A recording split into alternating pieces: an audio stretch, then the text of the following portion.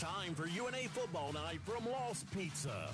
For the next hour, we'll go in depth as we talk to your University of North Alabama Lions.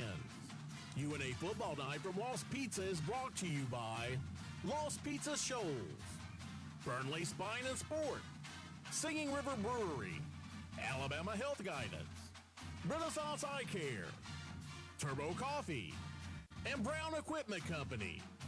Live from Lost Pizza in historic downtown Florence, here's the voice of the Lions, Benjamin Ray.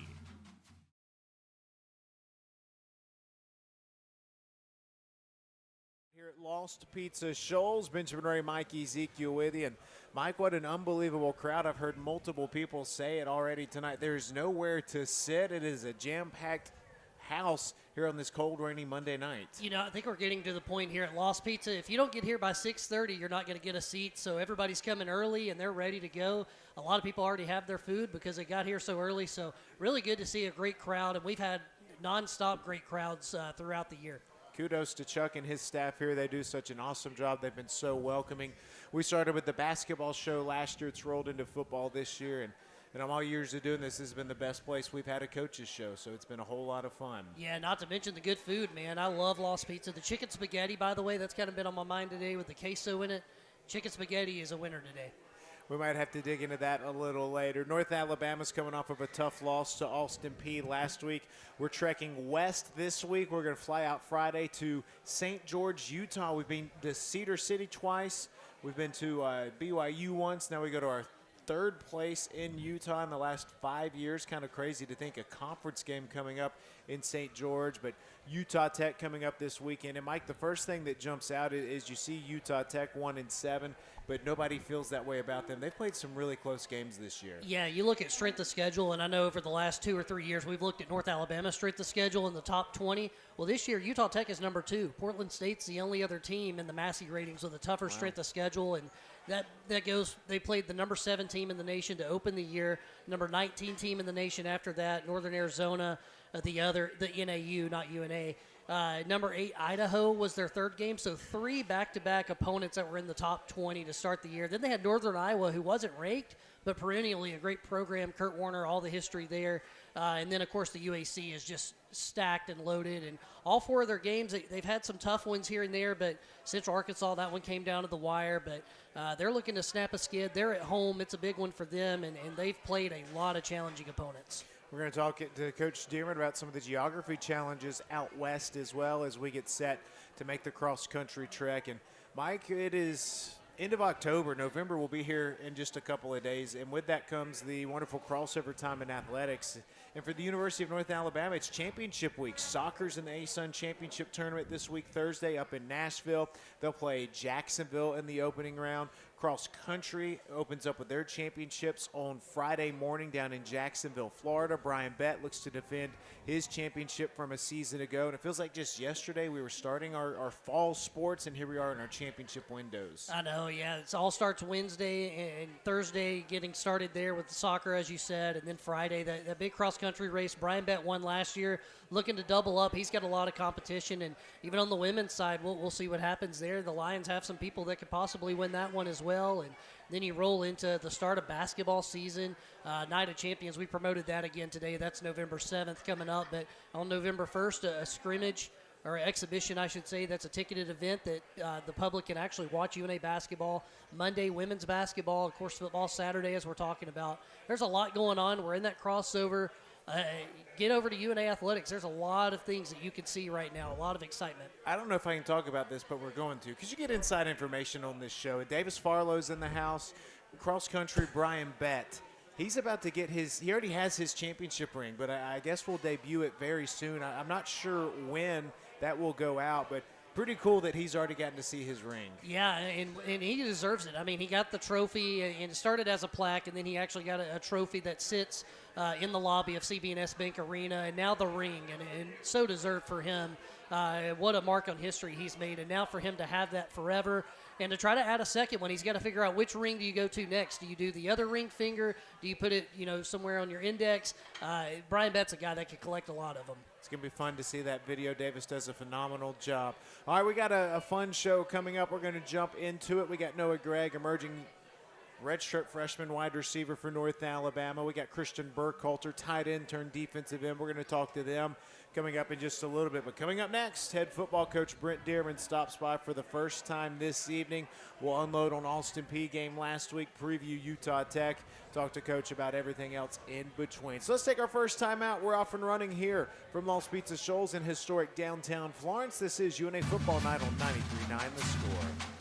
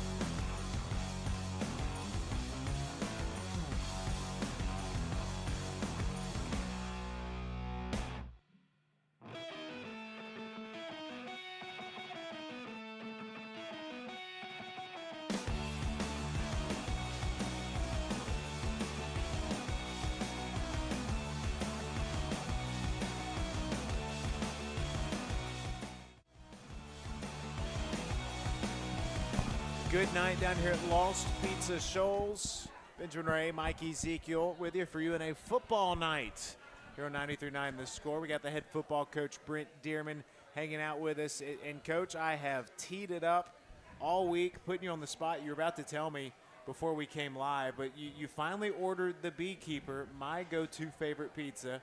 The review? It's pretty good. I still will probably go with the Otis.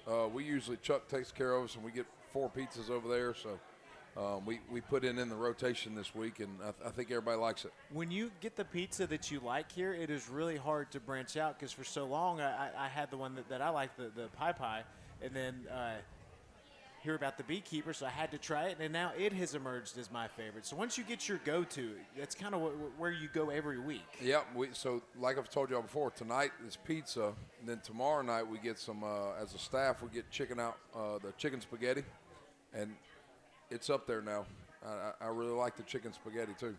Exactly what I said, and by the way, with that Beekeeper, the hot honey, got to do the hot honey.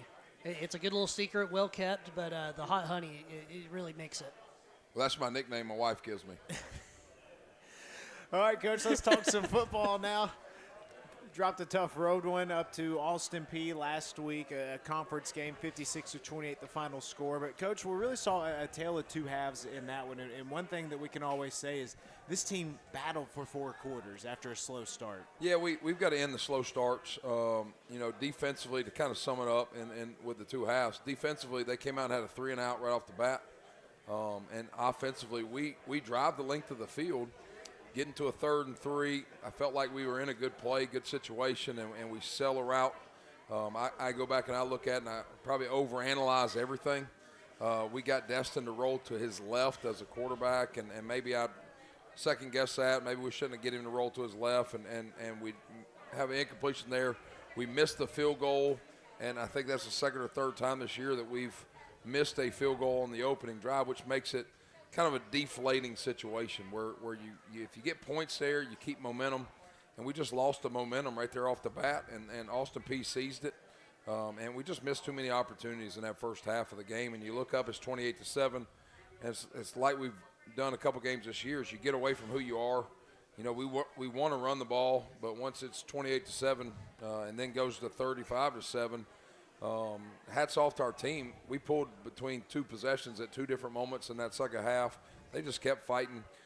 We just talked today about we got to play with better effort. We got to play with better passion in the first half of that football game. We got to learn how to play on the road better. Yeah, and then, talking about staying in that game the way you did, having to throw the ball, change your game plan a little bit. You get into that 4th quarter, and I start to look at what we're doing on 3rd down because it seemed like every big play in that game came on 3rd and 10 or 3rd and 12 where we had an explosive play to keep a drive alive. Then I look, you went 11 for 20 the whole game, and that's really good at moving the sticks and kind of keeping yourself in it. I tell you, what, a lot of people don't probably know this. Austin Peay came into the game the 6th best defense in the country on 3rd down defense.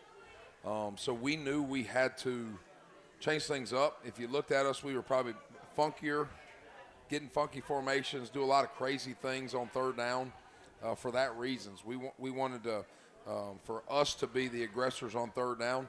I thought we had a great 3rd down plan. And you look at the stat book, we're over 50%, which is phenomenal on 3rd down. Problem was the turnovers. I mean, you have 3 turnovers, which killed us. I think Austin Peay going into that game was the best defense in our conference, and we had 477 yards against them. So we moved the ball.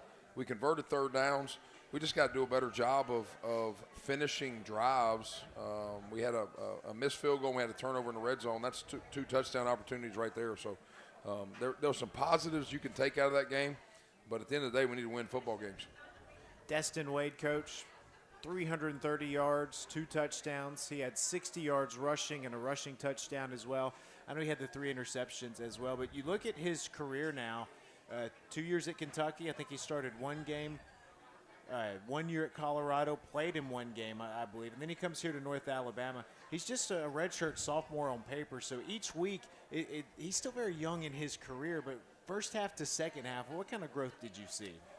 Another one that I don't think me and you guys have talked about this, and it's not an excuse at all. Austin Peay still has an old school crown on their field. And we never see that. And when you go on the road as a quarterback and the first time you're playing on a crown field and you're making a throw from the hash to the field, from the boundary hash to the field, you almost have to throw the ball down because of the crown. So a lot of his misses in that first half were on out routes, if you think about it, or throwing a field hitch that he sails 3-4 yards over his head. And Coach Schurig did a fantastic job. We get there early. We try to throw early. But if you're not accustomed to playing on that thing, it takes some time to get used to it. And that's really what happened in the first half, is he's trying to get used to things. He's missing throws that he normally makes. And then the second half, he plays phenomenal. But by that time, it's 28-7. So we've got to find a better way to get him accustomed to that. And I don't know if we've tried to find a crown field somewhere around here or something, but it's tough for a former quarterback knowing that you got to step into that situation. And that might be the next topic we need to talk about is the crown field, because I had not thought about that until you mentioned it. And well, you rarely see it on a turf field either. Right. A lot of grass fields are made that way for drainage sake, and then a lot of option teams.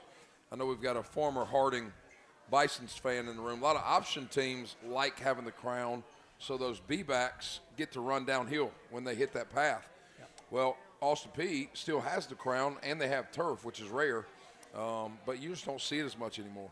Yeah, and I wondered if that was going to change the game plan at all because, at Wilson, when I played for Cody Gross, we had the crown field. We ran the veer and the option, and that was a big part of it, was using that crown to your advantage. But I had not thought about that for us in a turf field and how that might have changed things. Yeah, you're standing on top of the crown and you're throwing out routes. You're really throwing a downward pass, which you don't ever do as a quarterback. So it's not an excuse. It's just telling you why he probably played the way he did in the first half compared to the second half. Then going to the locker room, Coach, coming out of the locker room, 14 points in the third quarter, really moved the football well. Take us into those halftime adjustments and more of the message to the team overall. We just came in and said, guys, we all know that we're not playing our standard. We're not tackling well on defense. We're not finishing on offense. And we've got to get some things going. Really took the game plan and moved it aside because you're playing a team that we were struggling to slow them down. So we thought we need to probably go ahead and get in a 2-minute mode. So we got into one of our 4 receiver packages so we could play faster and have more speed on the field. And I thought we executed the kind of 2-minute package pretty well in that second half. And it kind of takes away from the rushing side of things, but that's the game we had to play. And it's good work for us, but we take Caleb Heatherly off the field. I don't usually like taking Caleb off the field very much. So we just got to win the first half more often so we don't put ourselves in that situation. And, Coach, to your point, every scoring drive that UNA had in that game was 3 minutes or less. It was essentially a 2-minute drive. I think there was one 9-play, and then there were some that had some explosive plays that go back to Noah Gregg's catch. It went 67 yards on the free play there. And I'm just kind of looking at the receiving numbers and a lot of targets for Destin. It seems like he's kind of comfortable throwing the ball to anybody. You see Justin Pegues had 6 receptions. Tanaka had 5, had a touchdown there at the end. Do you think he's kind of getting comfortable with everybody? I think so. I think he knows in what situations who he wants to go to. We've got 2 outside receivers with Noah and KJ that are probably 2 of our faster guys on our team. So anytime he gets them guys in a one-on-one deep ball situation, that's probably who he's leaning on. Justin Pegues has been fantastic over the middle of the field, getting him matchups on safeties. Tanaka's the same way. I mean, he's a big body guy that anytime we get a back shoulder-like situation, dig routes, those things. And then Heatherly's kind of a security blanket to him that anything over the middle of the field, that big body tight end. And then our backs are becoming a big part of the passing game. Juice, I know the last couple of weeks has had some receiving yards. Rod Taylor got in it on this week on a screen play. So I don't think he's got one guy in particular that he's looking to. I think it's based off the situation.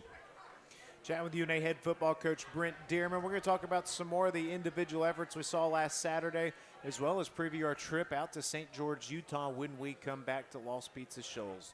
We'll take a quick timeout. We'll be back after this. This is UNA Football Night on 93.9 The Score.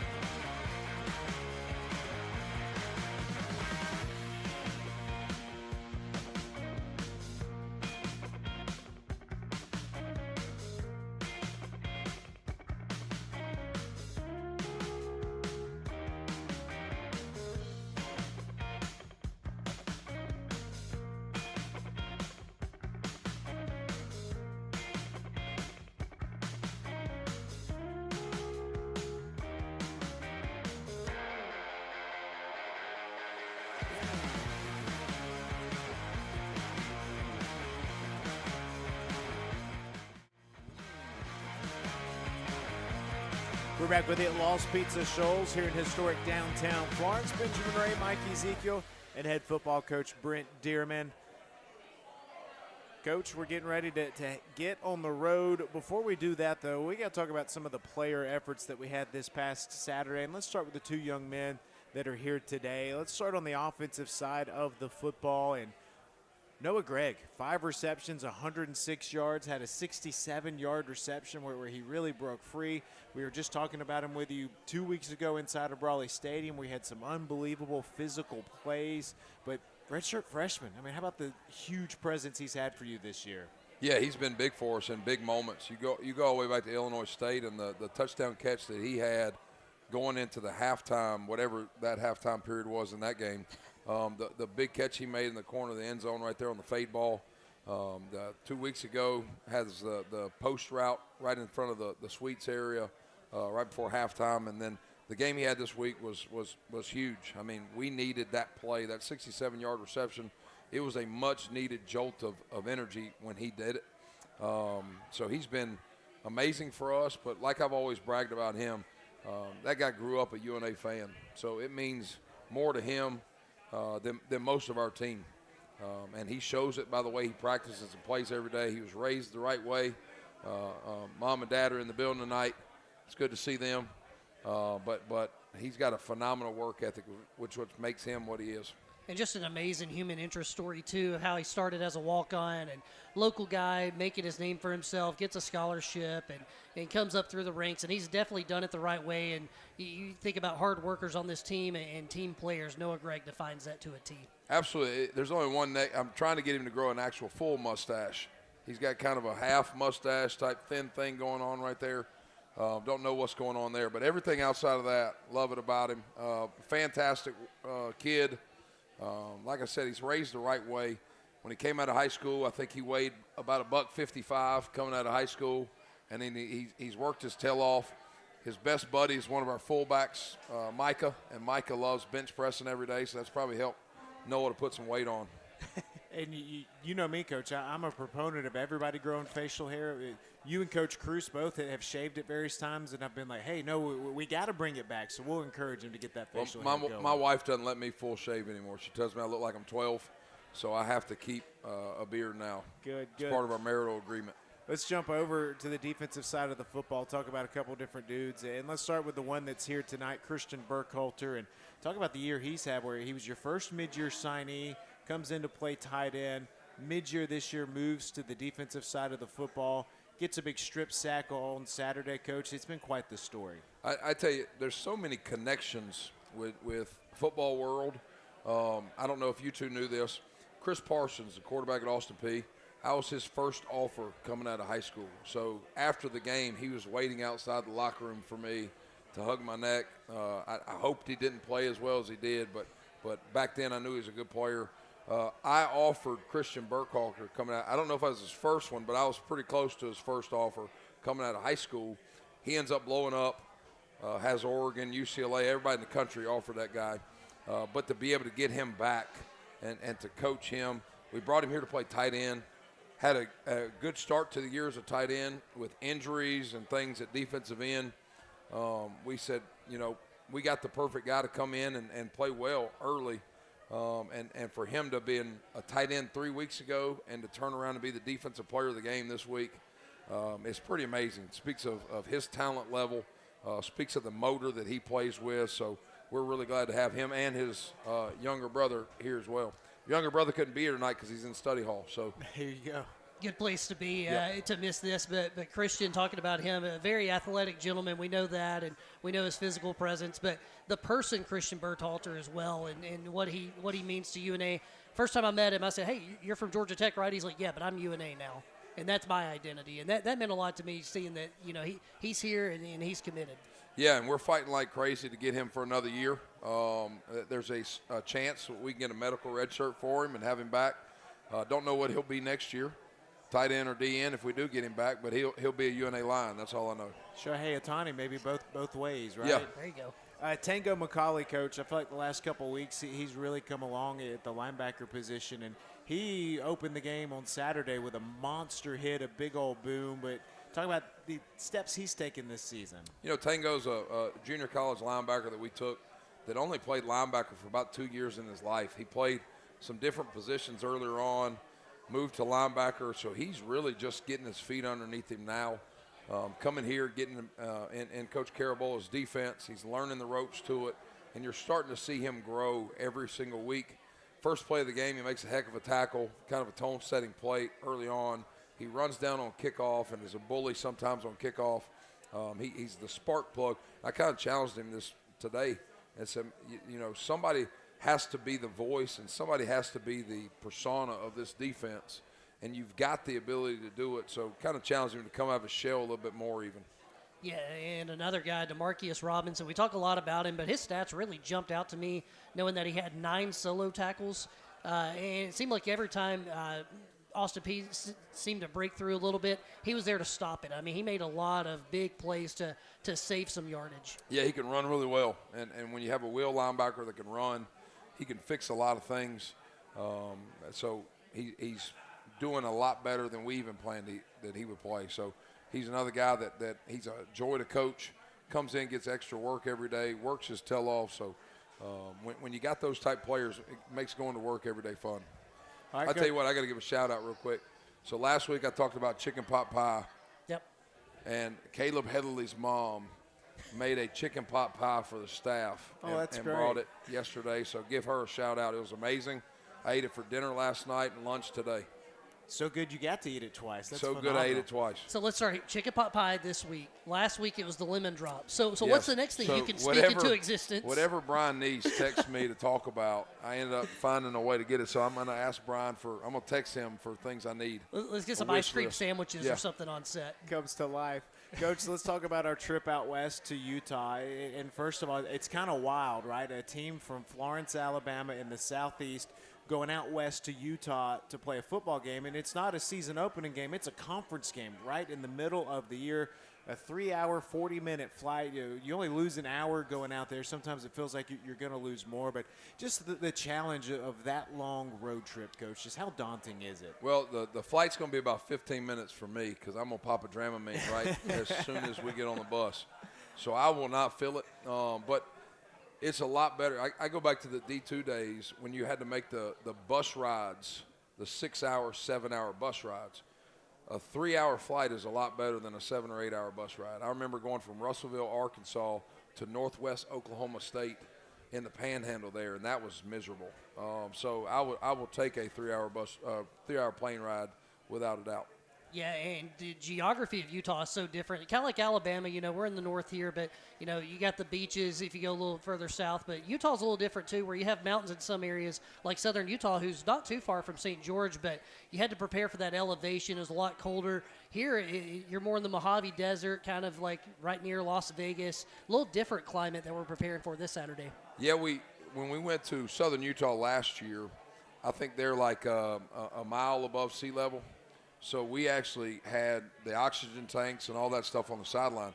I think the schools are only like an hour and a half, 2 hours apart from each other, and there's like 3,000 to 4,000 feet difference of elevation between the two schools. So they're not as high, so we're not expecting much of a kind of an oxygen level problem with going there. Give kind of us a little background. So I educated our players a little bit on Utah Tech in the past.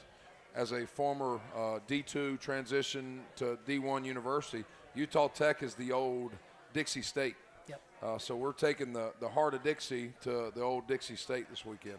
St. George located kind of in the southwest corner. I've broken out my map over here, getting all the information, but it's closer to Arizona than anything, not too far from Vegas, like Mike mentioned. So the Lions are heading on the road this weekend, long flight out to Utah, St. George, the location. It's going to be a fun one indeed. Well, Coach, we're going to let you take a break, get back over to that Beekeeper Pizza if there's anything left. And coming up next, we're going to jump into our players segments. We've got Christian Burkhalter and Noah Gregg in the house. We'll flip a coin, see who wants to go first. We'll let Coach go get some more pizzas. So we'll be back after this to Lost Pizza Shoals. You're listening to UNA Football Night on 93.9 The Score.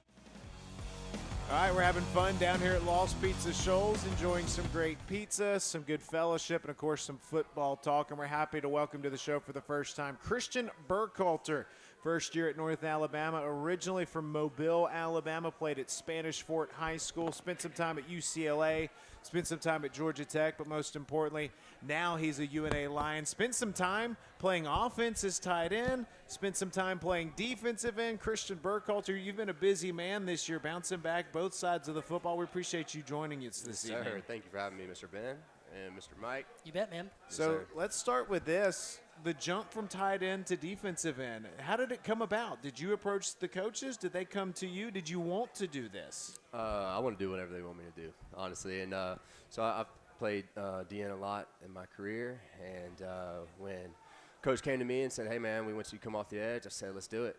And I was excited. It was a lot more work for me to get in the habit of playing tight end with just the steps and how Coach Cruz teaches it. He's a great tight ends coach and really appreciate him. Love that guy. So when it came to switching over to DN, man, it was really natural. I was excited. Yes, sir. So I just want to make sure I got this correct. So coming out of high school right into college, you started as a defensive end. When you went to Georgia Tech, did you also play defensive end? Yes, and then kind of like in the recruitment process to UNA, when was the thought came to you like, hey, I could probably play tight end? Was that something that interested you? Or Yeah, how'd so that come about? I played it a handful in high school, and I actually I played some at Georgia Tech too as well, and a lot of people don't know that, but in the spring I was taking a lot of tight end reps. So it kind of got me excited, like, hey, can I do both maybe? Kind of just whatever y'all need me to do to help the team, let me do that. And it was tight end to start the season, and now it's DN. So, yes, sir. You were UNA's first commitment in the spring transfer window, Yes, right? sir. So what Yes, was sir. it about UNA that you were like, I got to get here? Man, Coach Dearman recruited me when he was at Kansas, and we built a bond there. And then when I was thinking about hitting the portal, so Thomas Johnston was a coach here for a while, and he's also a Spanish Fort guy. And I think he put me back on Coach's radar. And it didn't take much talking, man. I knew I wanted to come to Florence. Yeah, glad you did, and your brother's here as well. And speaking of that, I have a fun stat to kind of share with everybody that may not know. There's quite a few FCS teams that have brothers on the same team. There's only 5 that have had brothers on the field at the same time, and there's only 1 that have had brothers record a stat on the exact same play, and that's you and your brother. Y'all had a tackle on the same play at Central Arkansas. Let's go. Yeah, that was a good time, man. Did you remember that play? Don't want to lie to you, Mike. I don't remember that play.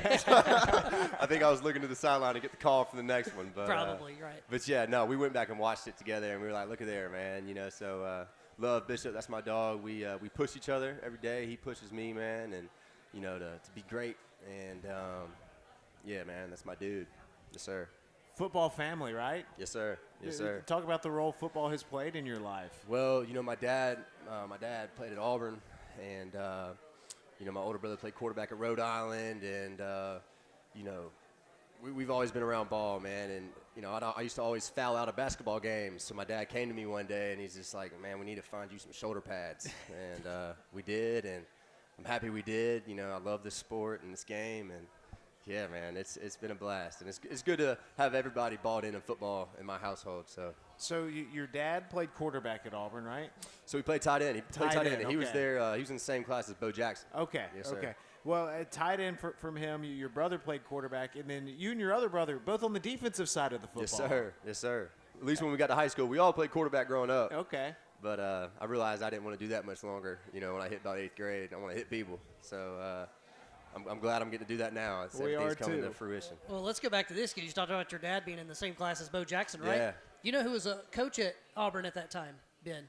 Pat Dye. Bobby Wallace. Yeah, Bobby Bobby Wallace. Wallace. Yep. That's both right. of them. So- All roads lead back to Bobby Wallace. All it roads really lead back to does. Bobby Wallace, I guess. Yeah, man. And now you're here, and let's talk a little bit about where you're from. Mobile, Alabama, Mobile. Spanish Fort. Yes, sir. A lot of Mobile ties here, as you know, starting with Coach Dearman, and Yep. it kind of trickles down to some of the other coaches, some of the other players. Is there ever kind of talks about the little rivalries that go on in that area with your high schools? Oh, my goodness. There's talks every day. There's guys that are debating their tail off, and, I'm a senior now, so I've kind of let go of all that, and I just sit back and listen, But, yeah, guys they'll swear on whose high school team is better or what area of Mobile they're from. And I'll tell you the biggest ones are the park ball.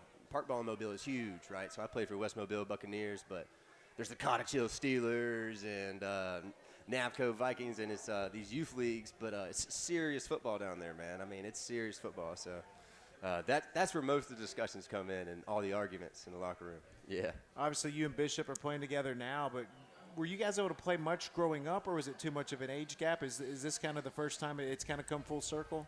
Yeah, so this is the first time we've played football together. We've played basketball together because Bishop's an incredible basketball player, so he always played point guard on me and my older brother Jackson's team. And but this is the first time we've gotten to play football together. We're 2.5 years apart in age. So, yes, sir. Yeah, it's the first time. It's great. And then I noticed, I think it was your first sack maybe against Central Arkansas. I think you had a big play. He was the first person out on the field to celebrate with you. Yeah. Was that a pretty special moment? Yeah, that's my guy. And I was, if you go back and watch the sideline tape of when because he had the last hit of the game, I was losing my mind, and I saw it all coming. I was actually on the field yelling, coming out of the backfield, and I saw his head snap towards it. I was like, yes, please, Lord. And then boom, and man, it almost made me shed a tear, man. That's my little bro, coming to lay the wood on somebody, made me super proud. And, That's awesome. Yes, sir. And again, like you said, it's sometimes easier when you're watching to see those things and remember them than it is when you're actually doing it in the moment. That's right. Kind of like when you'll have that tackle together. But Yeah. go back to Austin P, a play that you had. Let's talk about the forced fumbles, but the one strip sack in particular that Jaheim got on the bounce. Very impressive that he got it on the bounce like he did. But walk us through that whole play. Man, it's not that impressive to me, man. Jaheim can he's a great player, dude, and he got great ball skills. So, like, when I looked up and saw him around the football, I was like, let's go. We got a good shot. And great scoop by him. I can credit all my other teammates. So we bull rushed all night. Coach KP had us ready. We had a great game plan coach Parsons, our DN's coach, and we were bull rushing all night. So when I got up in there, I went push pull. So push pull, and it worked. Had the guy off his heels, and when I saw the quarterback, he had his eyes downfield and just tried to punch the ball out, and it slipped out, man. So yeah, I was excited, as you can see, as my celebration that followed that. Yeah. So. And then that excitement continued onto the sidelines. I know you and your brother were celebrating, and then Always. a Hall of Famer busted it up. Mike Johnson came over there and kind of gave you some Johnson, instruction. man. Can you give us the insight into that? I saw it from the booth, and Chase Glover reported it from the sidelines. Yeah, Coach Johnson's my guy, dude. He's a legend around here. So having dudes like him on the staff that have been at UNA and just bleed UNA, it helps us, and yeah, we're always talking. I'm always asking for his advice, and how should I handle things, because and so it was good to see him be proud of me, man, Coach. So trying to make Coach proud, man, it made me excited to see a smile on his face, so. Yes, sir. It's moments like that you definitely remember with your staff and your teammates. Let's talk about Utah Tech a little bit. That's the next game on the schedule. Obviously, we don't like to look ahead or anything, but the opponent that's in front of us. And one thing I do want to say, I feel like you've probably been well-traveled in your college career, but now is Utah kind of a new state for you, and how's that look for you? I've never played in Utah, so I'm excited to do that. I think we got a great game plan heading into this week, and Utah Tech's a great football team, and I think they're coached well, and they play hard. So we're just gonna bring that intensity. Nobody's hanging their head around here. We're frustrated that we haven't got it done. We're frustrated for coach. Because every week these guys are busting their tail. They're up there till 1 in the morning. While we're all getting to go home after practice, and man, we want to see that come to the light. The work we're putting in. And get that done for them, because. It's frustrating, everybody hates losing, and but there's no white flag. We're going to crawl and scratch all that all the way to the end. So we're excited for this week. We're going to bring it. I'm going to see to it. And we got a little bit of traveling coming right here, so just being mentally prepared for that and not being caught off guard by anything, I think it's going to be important. We're looking forward to it indeed. Christian Burkhalter, we appreciate you joining us and breaking it down. And sir. Before we let you go, I feel like you'll be really good at this. Tell us about our next guest, Noah Gregg, who's going to join us. Dude, baller, man. I've always known this kid could play, bro. Came in when I came in the spring, Noah was making plays. When I was there in camp, Noah was making plays. Then guess what? In the season, Noah's making plays, man. So he's a guy that everybody on the team knows, man. You throw it to 85, like something's going to happen. It's probably going to be something good. Great dude, man. Excited for him, bro. He has a big career ahead of him, and he's a leader on this football team, man. I look up to Noah. Even though I'm a couple years older than him, I look up to him, dude. So, yeah, man. I'm excited to hear him talk. I hope he's not nervous. He can't be after that great setup right Yeah, there. dude, don't Thank you stutter. so much Hey, for man, joining us, thank you, Christian. Mike. Thank you, man. Appreciate Coming y'all. up next, we got Noah Gregg here at Lost Pizza Shoals. This is UNA Football Night on 93.9 The Score.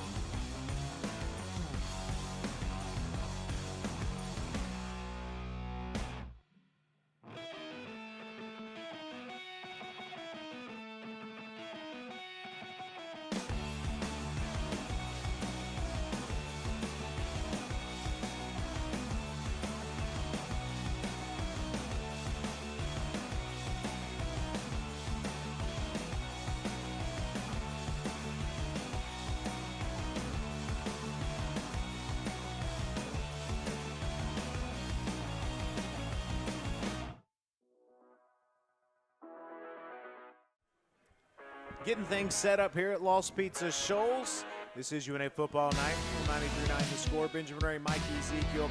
We're excited to welcome in Noah Gregg, a redshirt freshman from right here in the Shoals area, Killen, Alabama.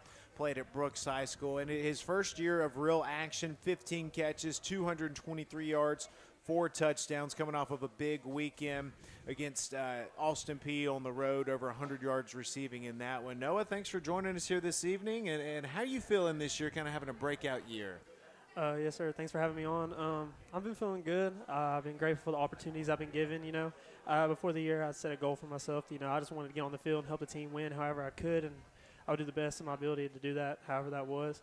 And I've been blessed with opportunities from Coach Dearman and Coach May and the staff. They've been giving me chances, and I've been trying to make the most of every opportunity. And I just want to help the team as much as I can. And I have a great teammates around me, from Destin Wade to the linemen to all the other receivers. Real close team. So it's been a blast and really enjoyed it. Well, I'll be the first to say on this show, I think you are making the most of those opportunities this year. And, of course, a couple weeks ago, UAC Freshman of the Week. That was last Monday. And probably could have got it again this week, to be honest with you, with a 100-yard receiving game. And, Noah, I looked back at last season as well. I believe your very first collegiate game was against Utah Tech last year. Mm-hmm. Yes, sir.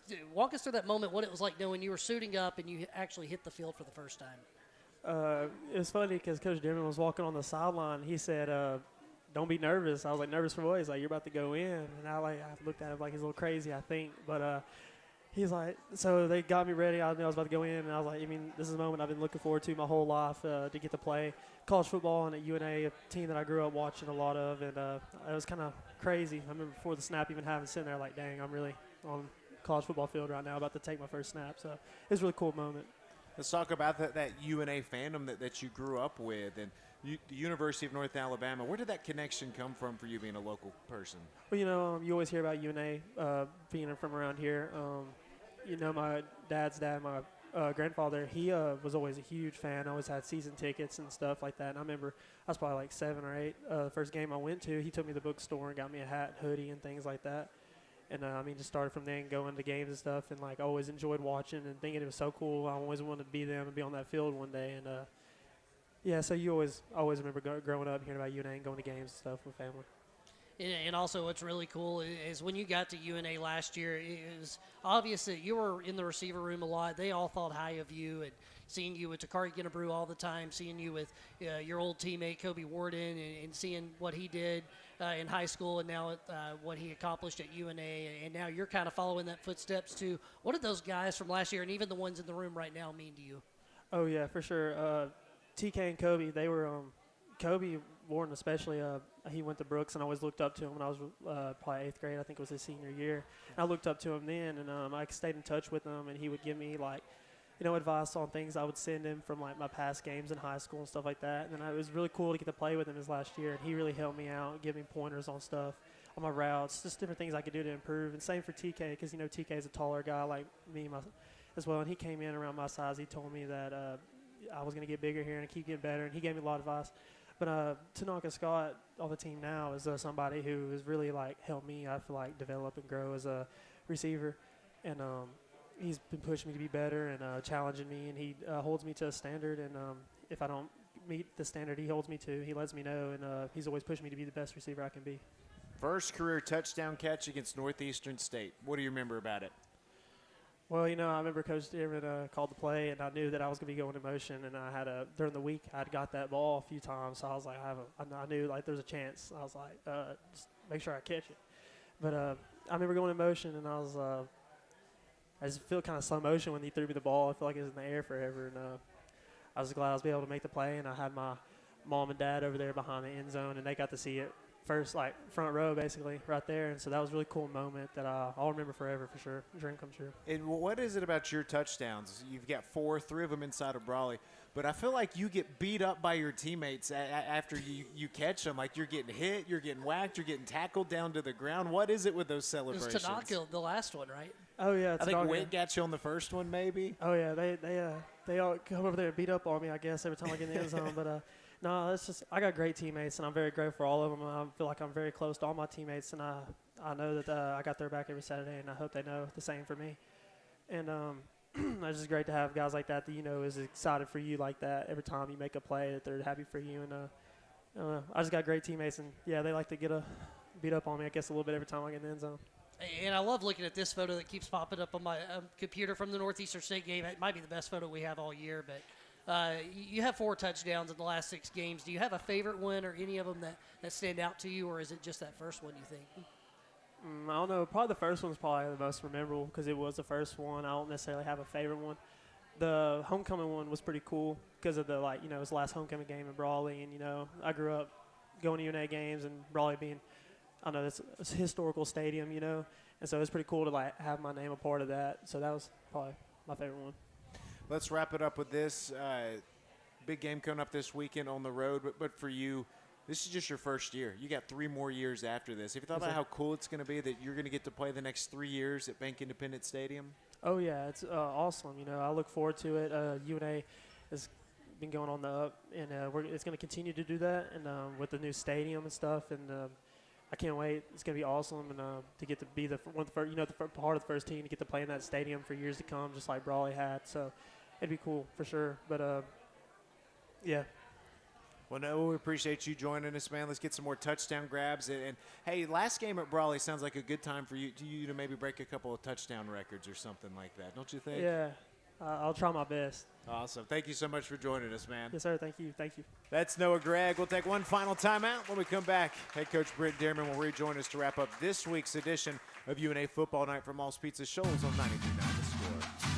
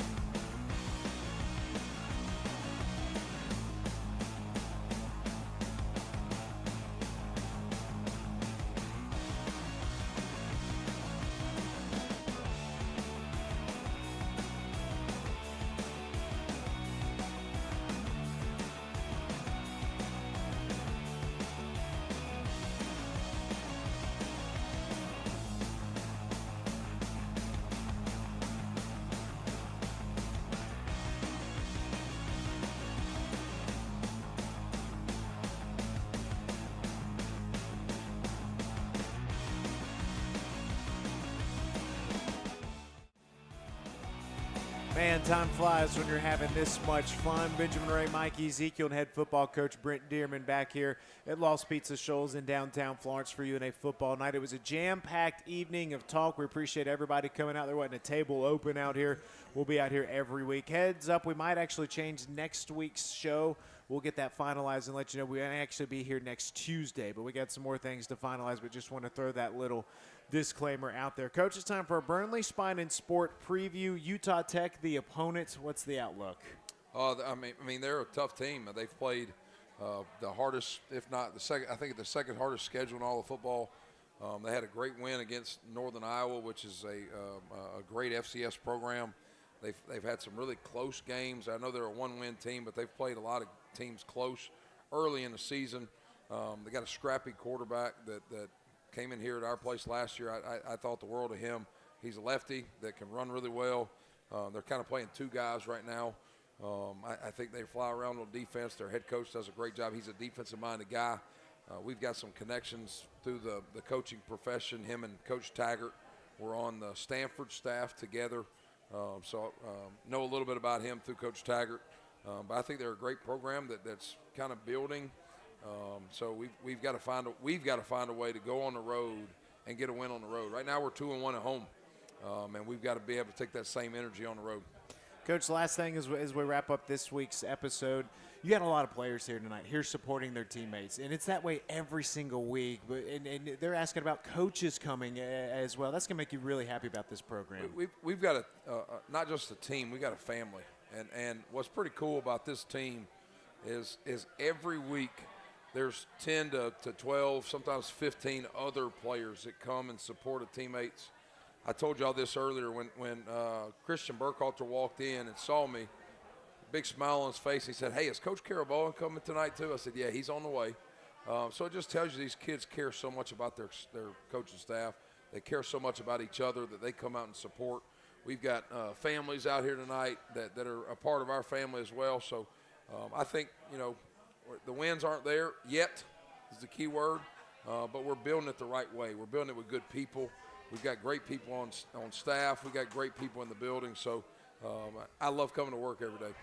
Well, Coach, we're looking forward to this weekend. We'll be out there with you at St. George, and we'll be back next Monday or Tuesday. We'll let you know on social media for another night of UNA football night. Coach, thanks for the time and best of luck. Thank you. Roll Lions. So for Mike Ezekiel, for Grant, Eli, and Ty in-house, for Blair back at the station, I'm Benjamin Ray saying Roar Lions.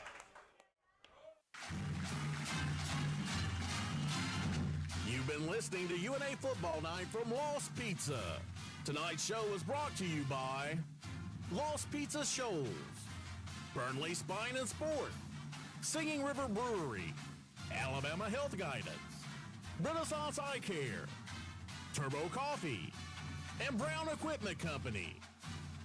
Thanks for listening, and Roar Lions!